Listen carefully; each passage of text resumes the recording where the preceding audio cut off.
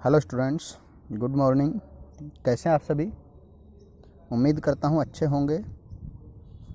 देखिए, 12th class rainbow book के हम 5 लेसन पढ़ चुके। 5वें लेसन का सेकंड पार्ट चल रहा था। फर्स्ट पार्ट था हाउ योगा हिल्स, जो हम कंप्लीट करा चुके, और सेकंड पार्ट है आपके पास प्योरिटीज़ पावर, ठीक है, जिसका एक वीडियो मैं आपको डाल चुका हूँ और ये आपके पास सेकंड वीडियो है, जो कि प्रोफेसर डॉक्टर के सुब्रमण्यम के द्वारा लिखा गया है।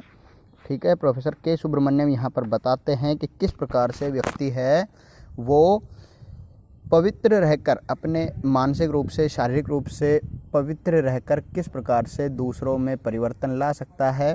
ठीक है, देखिए यहाँ पे एक कहानी है। Once upon a time one particular rishi called Gautama did tapasya to obtain certain powers for several days, months and years. He observed rigorous austerities.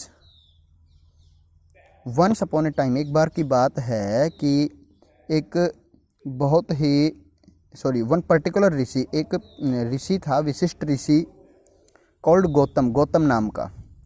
Did तपस्या, उसने तपस्या की, टू ऑब्टेन सर्टेन पावर्स, कुछ विशेष शक्तियाँ प्राप्त करने के लिए उसने तपस्या की। For several days, months and years he observe rigorous austerities, उसने कई दिनों तक, महीनों तक और कई सालों तक ही ऑब्जर्व्ड रिगरस ऑस्टेरिटीज, उसने रिगरस मतलब कठोर, ऑस्टेरिटीज होता है मतलब संयम रखना, तप करना। ठीक है, उसने कठोर तप किया। ही डिड नॉट ईट और ड्रिंक, उसने न खाया न पिया। He stood on a single foot, वह एक पैर पर खड़ा रहा। ही कंट्रोल्ड द सेंसेज, उसने अपनी जो सेंसेज हैं, इंद्रियां हैं, उनको कंट्रोल में किया, नियंत्रण में कर लिया। He meditated on the chosen deity, उसने ही मेडिटेट होता है मेडिटेशन करना, ध्यान लगाना। ठीक है, उसने एक चोजन डाइटी मतलब एक विशेष देवता पर, कोई भी एक विशेष देवता का चयन करके उसका ध्यान लगाया। One day in the morning he went to the river for a holy dip, one day एक दिन वह सुबह सुबह नदी पर पवित्र स्नान करने के लिए नदी पर गया। On the bank of the river there was a tree, और उस नदी के किनारे पर, बैंक पर, देयर वाज ए ट्री, एक पेड़ था। The branch of the tree were out stretching towards the river, उस पेड़ की जो ब्रांच थी, जो शाखाएं थी, वो बाहर नदी की तरफ झुकी हुई थी, निकली हुई थी बाहर तक। एक crane was seated among the branches, उन शाखाओं के बीच में एक क्रेन, एक सारस पक्षी बैठा हुआ था। When Gautama was in neck deep water facing towards the sun with an austere mind, the droppings of the crane fell on his head. अब देखो क्या हुआ कि जब जो ऋषि था, गौतम था, was in neck deep water, जब वो पानी के अंदर, इन नेक डीप वाटर मतलब गर्दन तक गहरे पानी में डूबकर, फेसिंग टुवर्ड द सन, सूर्य की तरफ चेहरा करके, विद एन ऑस्टर माइंड, और मतलब ध्यान कर रहा था। ऑस्टर माइंड होता है तप, ठीक है, ध्यान कर रहा था। The droppings of the crane fell on his head, तो उसके सर पे ड्रॉपिंग्स ऑफ द क्रेन, उस सारस की बीट उसके सर पे आके गिरी। ही फेल डिस्टर्ब, उसको डिस्टर्ब हो गया। ठीक है, वो परेशान हो गया, नाराज हो गया। ठीक है, he felt disturb and annoyed, annoyed मतलब होता है गुस्सा हो जाना, गुस्सा हो गया। He looked at the bird with anger, उसने पक्षी की तरफ गुस्से से देखा। The next moment the bird fail dead, और अगले ही क्षण जो पक्षी था वो मर गया, उसके सिर्फ गुस्से से देखने से। The rishi was happy because he had obtained the power to kill a bird by his very gaze, जो ऋषि था वो बहुत खुश हुआ क्योंकि उसको शक्तियाँ प्राप्त हो गई थी कि वो पक्षी को मात्र गुस्से से देखने से ही मार सकता था। आफ्टर ए व्हाइल, कुछ समय बाद, he went to the nearby village for food, वो एक पास के गांव में भोजन के लिए गया। He stood before a house and sought alms from the housewife, he stood before a house, वो एक घर के बाहर खड़ा हो गया। एंड साउट आल्म्स, साउट मतलब होता है आवाज़ लगाना, मांगना, आल्म्स मतलब भिक्षा। फ्रॉम द हाउस वाइफ, उस गृहिणी से उसने भिक्षा मांगी। She was busy doing her domestic chores, वो अपने घरेलू कार्यों को करने में कुछ बिजी थी। Gautam waited for a minutes, Gautam ने कुछ समय के लिए उसका इंतज़ार किया। He was annoyed with her for the delay in responding to his call for bhiksha. He was एनोयड, वह गुस्सा हो गया उस औरत से, फॉर डिलेइंग टू रेस्पॉन्डिंग, मतलब उसने रेस्पॉन्ड करने से, प्रतिक्रिया देने में उसने देर की थी, भिक्षा में उसने, तो वो नाराज़ हो गया। The lady came, looked at him gently and said, sir I am not a crane to be killed by your stare. जो औरत थी वो बाहर आई, लुक्ड एट हिम जेंटली, उसने बड़ी ही विनम्रता से उसकी तरफ देखा, ऋषि की तरफ, और कहा, sir I am not a crane to be killed by your stare, कि महाराज मैं कोई सारस पक्षी नहीं हूँ जो आपके देखने से मर जाऊंगी। सॉरी फॉर द डिले, देरी के लिए क्षमा चाहती हूँ।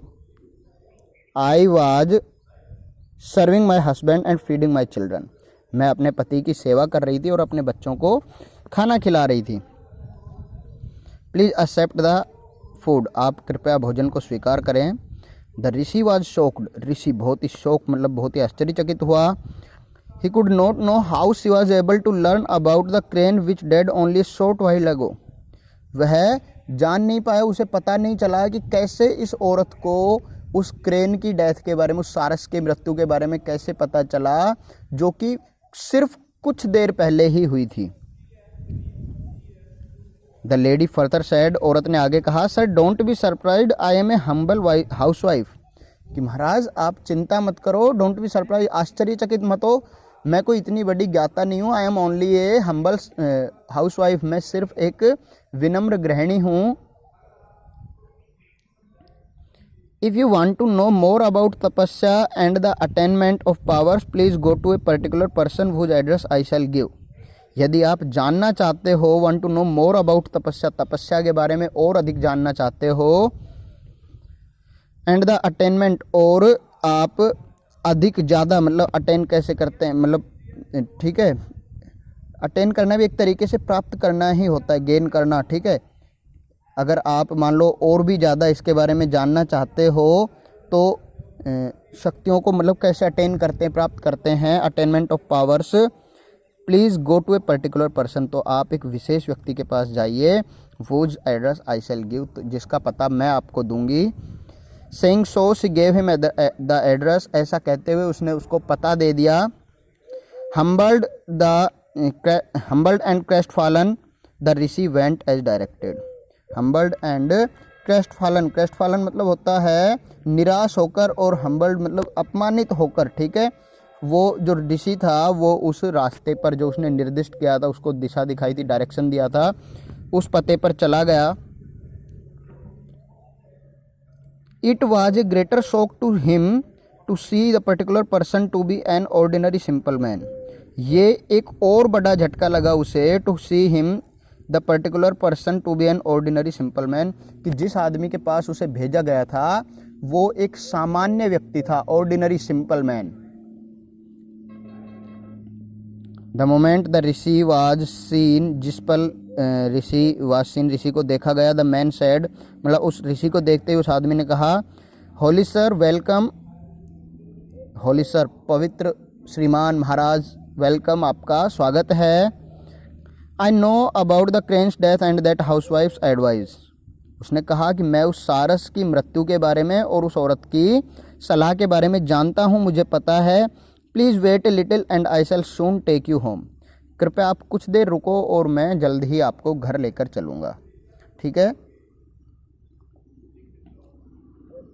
Letter at home the rishi was surprise to see the man delaying him further, उसके बाद घर पर उस आदमी ने देखा, घर में ऋषि को ये देखकर और भी ज़्यादा आश्चर्य हुआ, शौक लगा, surprised to see the man delaying him further, कि वो जो आदमी था वो उसे और ज़्यादा डिले कर रहा था, देरी कर रहा था। ही वॉज बिजली इंगेज्ड इन सर्विंग हिज पेरेंट्स, वो बहुत ही व्यस्तता से अपने माता पिता की सेवा कर रहा था, बिजी था, इंगेज्ड जुड़ा हुआ किसी काम में, ठीक है, वो अपने माता पिता की सेवा कर रहा था। He did not seem to have read any scriptures, nor did he observe any austerities. He did not seem to have read any scriptures. ऐसा बिल्कुल प्रतीत नहीं होता था कि उसने अपने जीवन में कभी कोई स्क्रिप्चर ग्रंथ पढ़ा होगा। Nor did he observe any austerities, और या कभी उसने कोई तप या संयम किया होगा। But he was bright with purity of mind, लेकिन उसमें एक चमक थी, प्योरिटी, पवित्रता की, प्योरिटी ऑफ माइंड, उसका जो मस्तिष्क था वो बिल्कुल पवित्र था। In his presence the rishi was completely transformed, और उसकी उपस्थिति में जो ऋषि था वो पूर्ण रूप से परिवर्तित हो गया। कैसे? हिज प्राइड ऑफ तपस्या डिसअपियर्ड, उसका जो तपस्या का घमंड था, गर्व था, वो खत्म हो गया। ही टर्न मोडेस्ट, वो विनम्र हो गया। He became pure without anger, वो बिना गुस्से के एक पवित्र व्यक्ति के रूप में बदल गया। विदाउट एंगर, इल विल और हॉटीनेस, मतलब अब वो ना किसी चीज़ की हॉटीनेस मतलब जल्दबाजी भी नहीं करता था। इल विल मतलब बुरा सोचना, किसी चीज़ की मतलब गलत इच्छा रखना, ठीक है, किसी के बारे में गलत कामना करना, ऐसा अब उसका व्यवहार बदल गया था। He who is sincere in service, faithful in doing duties and loving without selfishness is pure.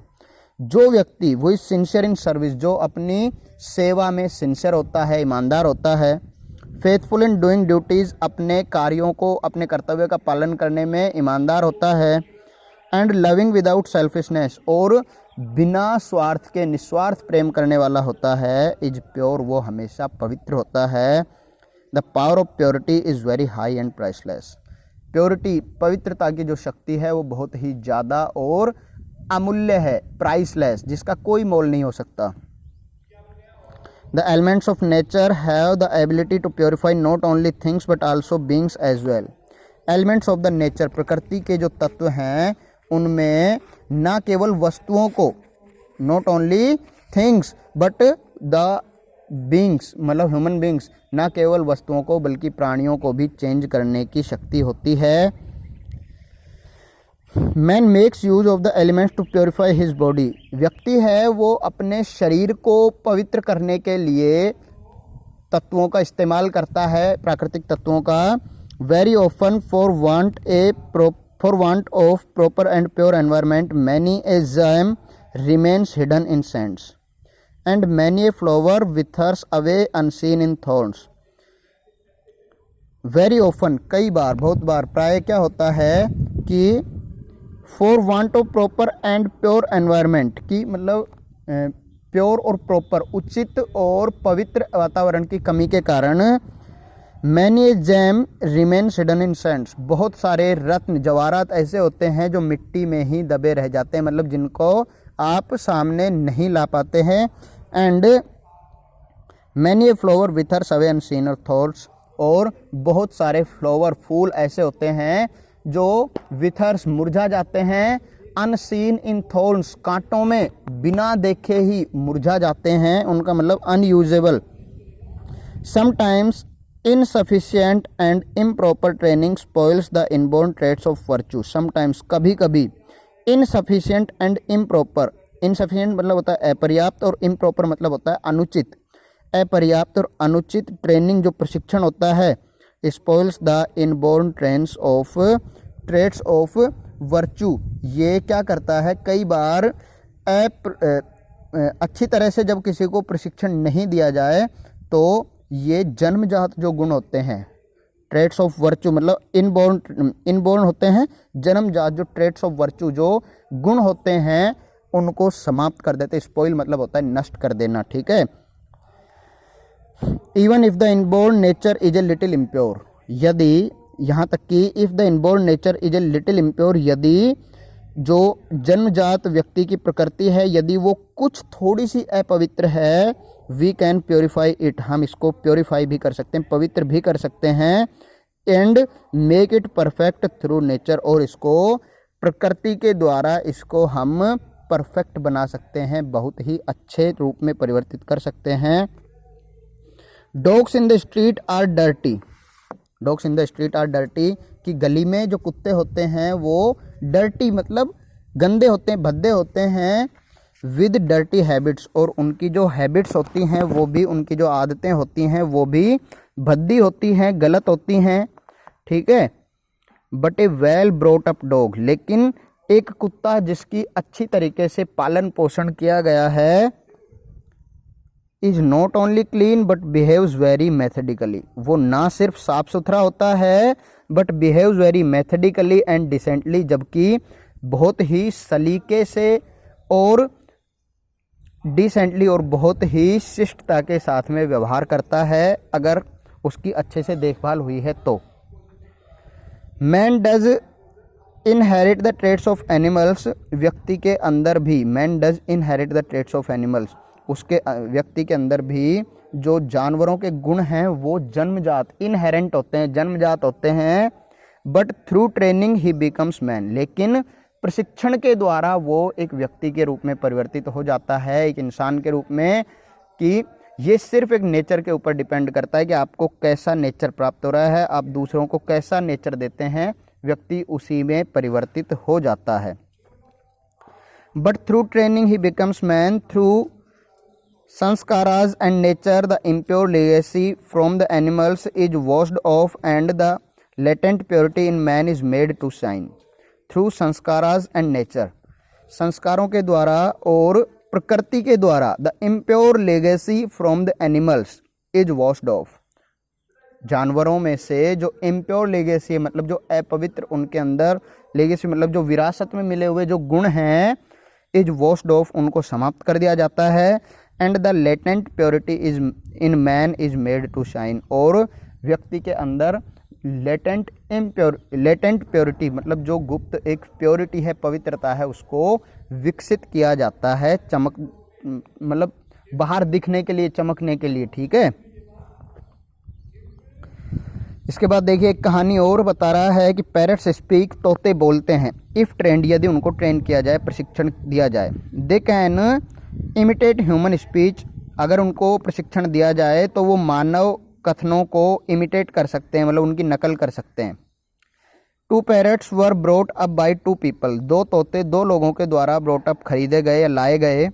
One was a Hunter and the other was a scholar, उनमें से दोनों व्यक्तियों में से एक शिकारी था और दूसरा एक स्कॉलर, एक विद्वान व्यक्ति था।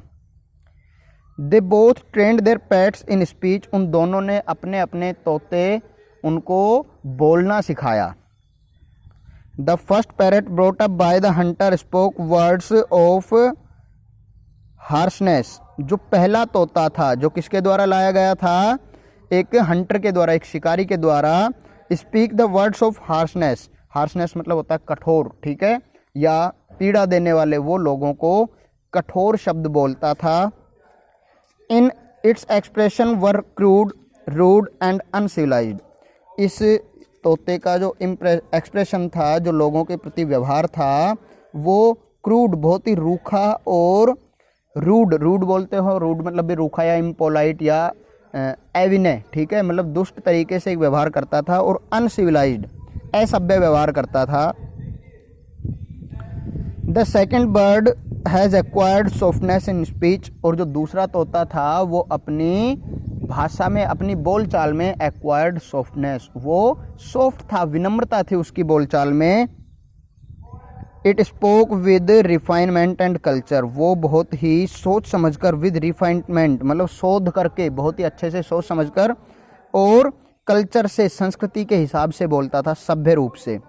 The first one learned the vulgar slang of the cruel Hunter and his customers, जो पहला तोता था वो सीख गया था क्या, द वल्गर स्लैंग, गंदी गालियाँ, ऑफ द क्रूल हंटर, उस शिकारी की, एंड हिज कस्टमर, और उसके जो ग्राहक आते थे उनकी। The latter was quick in repeating the kind words of affectionate welcome and farewell in the scholar's house, लेकिन जो दूसरा था was quick in repeating the kind words, वो अच्छे शब्दों को रिपीट करना, बोलना, ठीक है, और अफेक्शनेट वर्ड मतलब स्नेह के शब्द बोलता था, वेलकम स्वागत करता था, and farewell in the scholar's house, और फेयरवेल मतलब होता है भलाई या कल्याण के शब्दों का उपयोग करता था दूसरों के लिए उस स्कॉलर के घर में, उस विद्वान के घर में। Both the parrots were brothers, दोनों ही तोते भाई थे। Born to the same mother bird, एक ही माँ से उन्होंने जन्म लिया था। But on account of the bringing up and the atmosphere available around, लेकिन उनको जब जहाँ पर ले जाया गया और उनको जैसा एटमॉस्फेयर, जैसा वातावरण उनको दिया गया, उसके अनुसार their expressions and behaviour differed very greatly, उनका जो एक्सप्रेशन था, उनका जो व्यवहार था, डिफर्ड वेरी ग्रेटली, वो बहुत ही ज़्यादा अलग अलग था। इट इज़ नॉट इनफ, यह पर्याप्त नहीं है, if we are born pure, कि यदि हम पवित्र रूप से जन्म लेते हैं, एक अच्छी जगह में जन्म लेना ही पर्याप्त नहीं होता है। We should also be brought up in a pure atmosphere among the cultured people. हमारा जो ब्रॉट अप मतलब होता है कि हमारी जो पालन पोषण हो, मतलब जो हमारा जीवन यापन हो, वो भी अगर एक अच्छे प्योर एटमॉस्फेयर में, अगर अच्छे पवित्र वातावरण में, अमोंग द कल्चर्ड पीपल, समझदार या सांस्कृतिक लोगों के बीच में हमारा पालन पोषण होना चाहिए। Else the inborn purity will wither away, अन्यथा जो हमारी इनबोर्न प्योरिटी है, जो हमारी जन्मजात जो हमारा पवित्रता है, विथर अवे, वो ख़त्म हो जाती है, समाप्त हो जाती है, और will get eclipsed by the contaminating time and place of impure environment, या फिर वो गेट एक्लिप्स्ड मतलब ग्रहण कर लेती है द कॉन्टेमिनेटिंग टाइम, अशुद्ध, ठीक है, कॉन्टेमिनेटिंग मतलब होता है अशुद्धता, ठीक है, या दूषित एक तरीके से संक्रमणकारी, and the place of impure environment, और अपवित्र पर्यावरण को ग्रहण कर लेती है, ठीक है। इसलिए जो प्योरिटी है वो बहुत ज़रूरी, हमें प्योरिटी एक प्योर स्थान पर पैदा होने के साथ साथ हमारा जो जीवन है वो भी प्योर लोगों के बीच हमारी अगर वृद्धि होती है तो हम वास्तव में प्योर रह सकते हैं, पवित्र रह सकते हैं, और पवित्रता में ही दूसरों को भी परिवर्तित या पवित्र करने की शक्ति होती है। ठीक है भाई, ओके। ये देखिए क्वेश्चन आंसर आपके 4 और ये पीछे लगभग 11 क्वेश्चन छोटे हैं और 6 क्वेश्चन बड़े हैं। यहाँ देखो मैंने क्वेश्चन को टिक भी किया हुआ है पीछे रेड पेन से, ठीक है। जो लगभग मोस्ट क्वेश्चन हैं इनको टिक किया हुआ है मैंने, ध्यान दिया करो इन पे भाई, ठीक है। Okay, thank you.